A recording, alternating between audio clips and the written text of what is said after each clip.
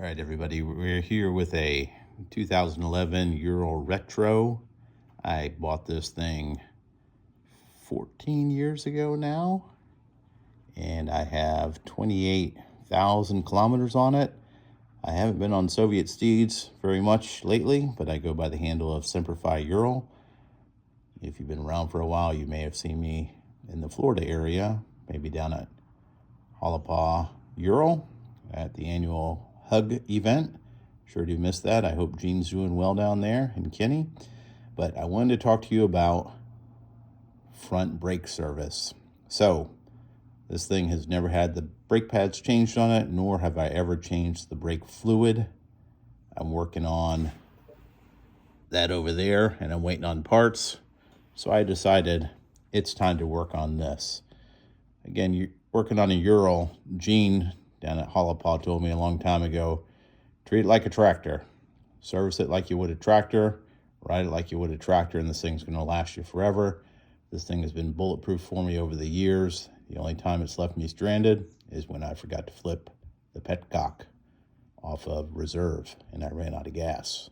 Shame on me. Anyways, we're gonna go ahead and change this fluid. Even for being 15 years old, 14 years old, it's looking pretty good. So I've got the top reservoir off. It's 2 Phillips head bolts that come off of there. And I've removed the, I think it's the lid and 2 covers underneath that that help keep the moisture out. And it's a straight run down to the caliper, which I've taken the caliper off. I shot it earlier today, here and here, for those 2 bolts with some Croyle penetrating fluid, because these can sometimes be a booger. They came right off for me. But, you know, the brake pads are still good on this, and I'll show those to you in a minute. You know, you can slap it and just take it off and put new pads on if you want to. I'm just going to clean up the ones that I have here. But there really is a little bit more that you should do on these bikes to make sure that you maximize your stopping power, because on this one, it's a 2011, still has 2 rear drums on the back, front disc brakes. Boy, the stopping power on this thing is just mind-boggling. If you know what I'm talking about, you know what I'm talking about. Anyway, so right now I've gotten the pads taken out. I get everything stripped down. I've kind of scrubbed it with a wire brush inside and out. I haven't sprayed it down with any cleaner yet, but you have the 4 pistons that sit inside that push out when the fluid comes down. I noticed this back one here wasn't as far out, and this isn't what it looked like when I took it apart. I've been working on it here back and forth, but you really want all 4 of these working at the same strength so you have good even braking. Again, this thing, I have not touched the brakes on it in the 14 years I've owned it. So one thing that I've been working on doing is I've been working these back and forth. And again, the lid is off the reserve. So, you know, the fluid's going to push through easily. You know, it's just even pressure on these and push them back, and you will get them to compress. What I'm trying to do is get them all to be consistent. What you can do is I'm using some door shims, and I'm stopping up one side from traveling and pushing out the other side. And I'm taking a shoelace and I'm going through and doing a shoe shine on both of these pistons, trying to clean those up as much as possible. And then I'm working down to the other 2, blocking off the top 2, working these 2 back and forth and trying to clean those up as much as possible. What I'm going to do after I've gotten those worked back and forth, I am going to use some brake assembly fluid on those, and I'm going to get those nice and lubricated up so they're moving nice and freely. So again, what you'll end up doing is just get a Q-tip. Sorry, I'm doing this one-handed. Saturate your Q-tip with that assembly fluid and work it around all the edges here. And this is when you have it pushed out as far as they're going to go out. Work that assembly fluid in there and then work them back and forth. Again, you want to try to first clean off as much dirt as possible. The next step with that assembly fluid is you're lubricating that so those pistons are going down as smoothly as possible. Also on the back side, and it's kind of hard to see, but my finger's back over here. That's where those brake pads are going to ride up against, okay? And then there's also the 2 pins that retain the pads in there. You really want to clean these guys up as much as possible. Just use a good old, where's it at? I've got a good old, here we go. Doesn't need to be a Brillo pad. You can use steel wool, whatever you have. But clean these guys up as good as possible, okay? Get those nice and all the old dust off of those. And then also what you're gonna wanna use is when you reassemble that is, use some brake system grease. And use those because although very little, your brake pads are gonna slide on those 2 pins. And then also get a little bit in the very back there where those brake pads are gonna rest up against, okay? That'll really help out in making your brakes perform optimally as good as possible. Another thing is, you know, the specs are listed for how thick your front rotor should be. Get a micrometer out, measure that. I know this one's fine. I've checked it previously. And another good measure is take a drill and see if you can find yourself a nice little wired bit like that and go through and clean out all the dirt out of those holes. You see how much is blowing out of there? It may be hard to see, but you're gonna work your way around and clean all of that dirt around there. You don't want that dirt coming out and interfering with the grip of the pads. These pads, again, there's still plenty of beef left on those. I went ahead, again, just with a basic little wiry brush. This one's been used and abused, but it worked just fine. Went around all the edges on these, cleaned all that accumulated dust off of there, and down the center groove here, I cleaned all that off, blew it off with an air hose. And then I'm going to go ahead and reassemble these. Another thing that you want to do, since we're changing out the brake fluid, is you can get a speed bleeder and make your life a whole lot easier. So on most of your Urals on the front caliper, it's SB8125. SS is for stainless steel. You can get them just in the standard steel. They're a little bit cheaper, but here's what they look like. That is the stainless steel speed bleeder that will allow you to bleed your brakes single-handedly.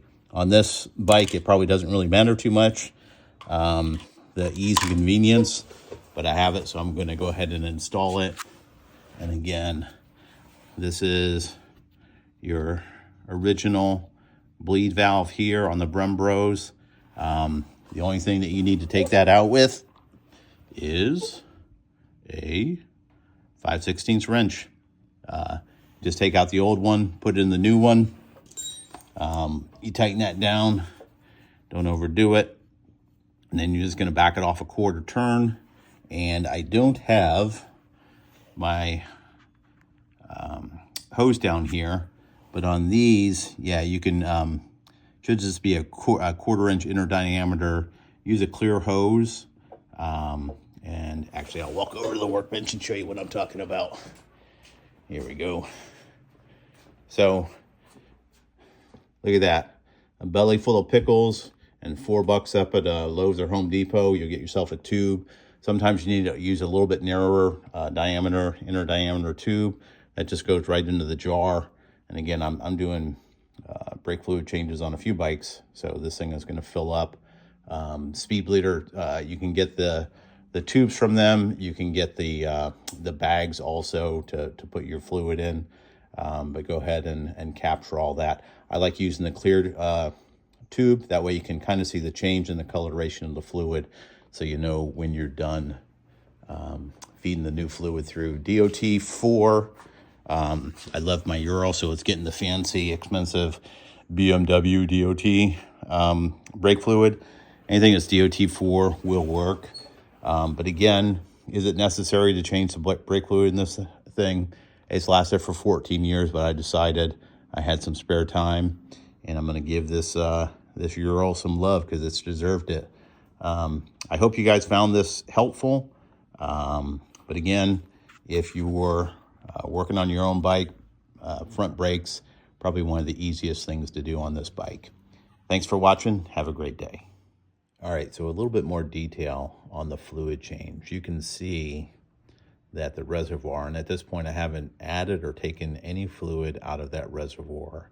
It's that high because I have all four of the pistons completely compressed back into the calipers. So what I'm going to end up doing is I'm going to use this syringe and I'm going to suck off the majority of the fluid out of that reservoir. That is the old fluid in there. So what I'm going to do, and if I had somebody else here to help film this, it would probably go a whole lot smoother. So what I'm going to end up doing is, so let me just show you from this side. So back along here and on that side, that's where those brake pads are going to ride. So that's where I'm going to put some of that brake grease on there, making sure I don't get any on the pads. But I'm actually going to bleed these brakes with the caliper off the bike. You can put it back on the bike if you want to, but what I want to do is keep those pistons completely seated, because that keeps all of the old fluid pushed back as far as possible.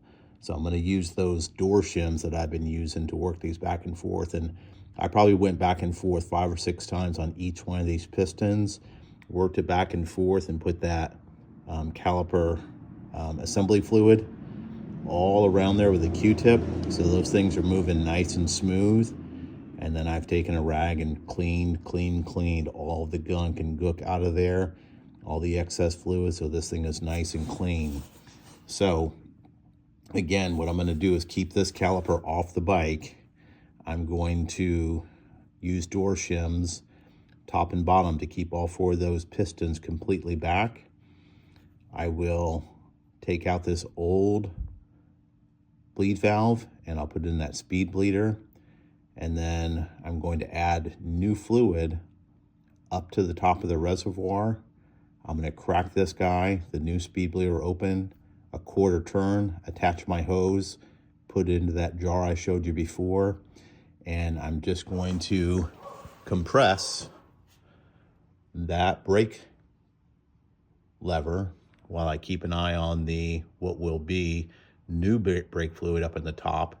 And I'm going to probably work 3 or 4 fills on that reservoir, or until I can see a change in the color in the fluid. But that should sufficiently change out all of the old fluid that is in that reservoir, down through the line, down into the caliper. And again, I'm keeping those pistons compressed back, so none of the new fluid goes in there. After I'm done doing that, I'll take the shims out. I will close off that speed bleeder. I'll turn it back the 1/4 turn, make sure it's nice and snug.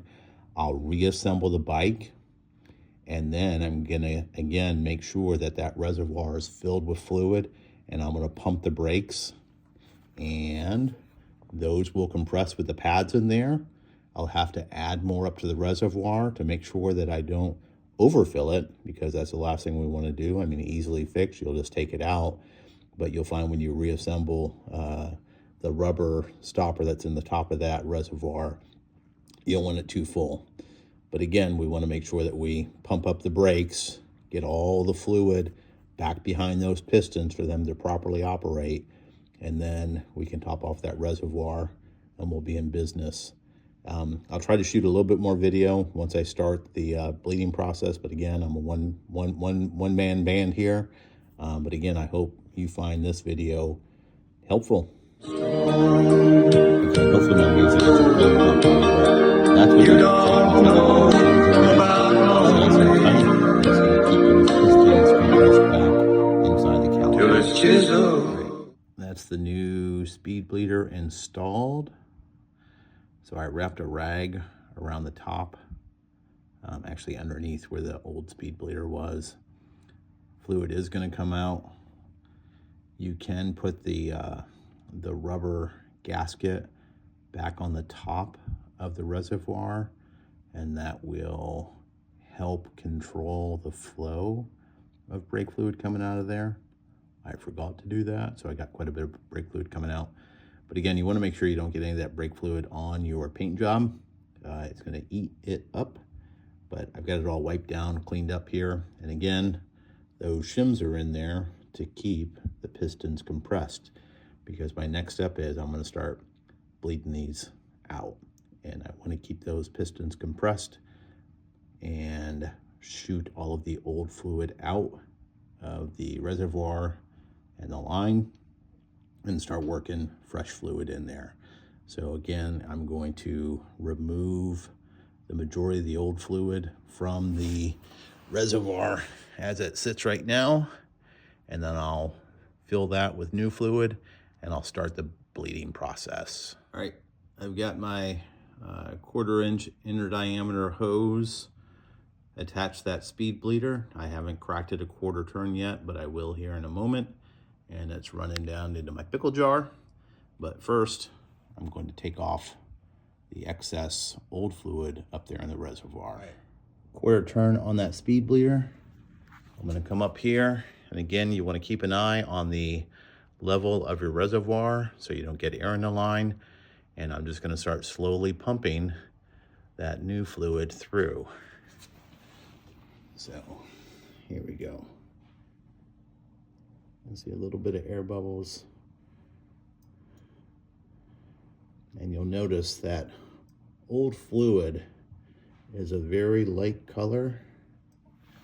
Let me go up here and check real quick, see where we're at. Yeah, we still got plenty of fluid there. I'm gonna keep pumping this through.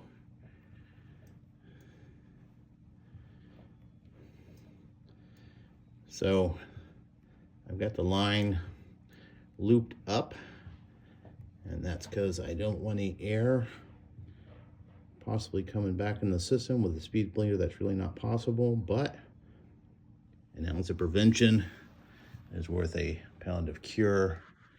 So you'll see what that level is now. I'm gonna go ahead and top it off again, and I'll be right back. Back at it here. So again, those pistons are pushed all the way back in the caliper, so I'm not having to fill that area with the new fluid. We'll take care of that after we get all this flushed out and we reassemble. I'm gonna go check. If you notice, there was a little bit of an air bubble in there, so there may have been some air in the lines somehow, some way. Let me go top off again, I'll be right back. All right, that was the 3rd fill on that reservoir. And again, I'm just slowly pulling back on that brake lever and pumping that fluid through.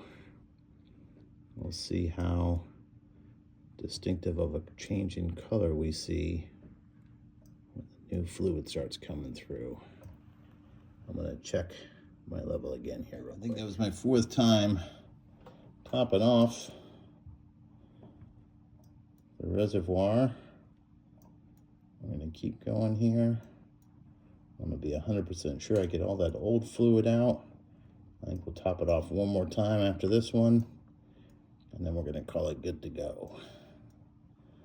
BRB. All right, we're at the home stretch here. We're just gonna give it one more go through here, and I can tell the fluid is sufficiently changed in this system. There wasn't much of a color change at all as I put the new fluid in. For 14-year-old brake fluid, I think that stuff held up pretty well. A good sealed system. Brake fluid will absorb water. I forget the technical term for that. Asporic or something like that. Anyways, so what I'm gonna do is I'm gonna carefully disassemble the tubing off of here and avoid getting brake fluid on anything. And we're going to close that speed bleeder valve on there, tighten it up, and then I'm going to grease up where the brake pads are going to slide and reassemble that whole caliper. and I'm going to remount it to the bike. And after that's done, I'm going to pump those brakes up and make sure that the brake pads are compressing. And we're going to top off the fluid and then button up that top reserve with the 2 Phillips head bolts that go there. So I think I covered everything fairly well. These are 17 millimeter heads on these 2 bolts. There's that spacer plate. Your bike may be a little bit different based on what model it is. Again, this is a 2011 Ural Retro. And I hope you found this video helpful. So I kind of shot it in pieces. I'm going to roll it all together, and we hope that you found it very helpful. So if you have any questions, post it up in the comments below. You think this is overkill for a Ural? Let me know.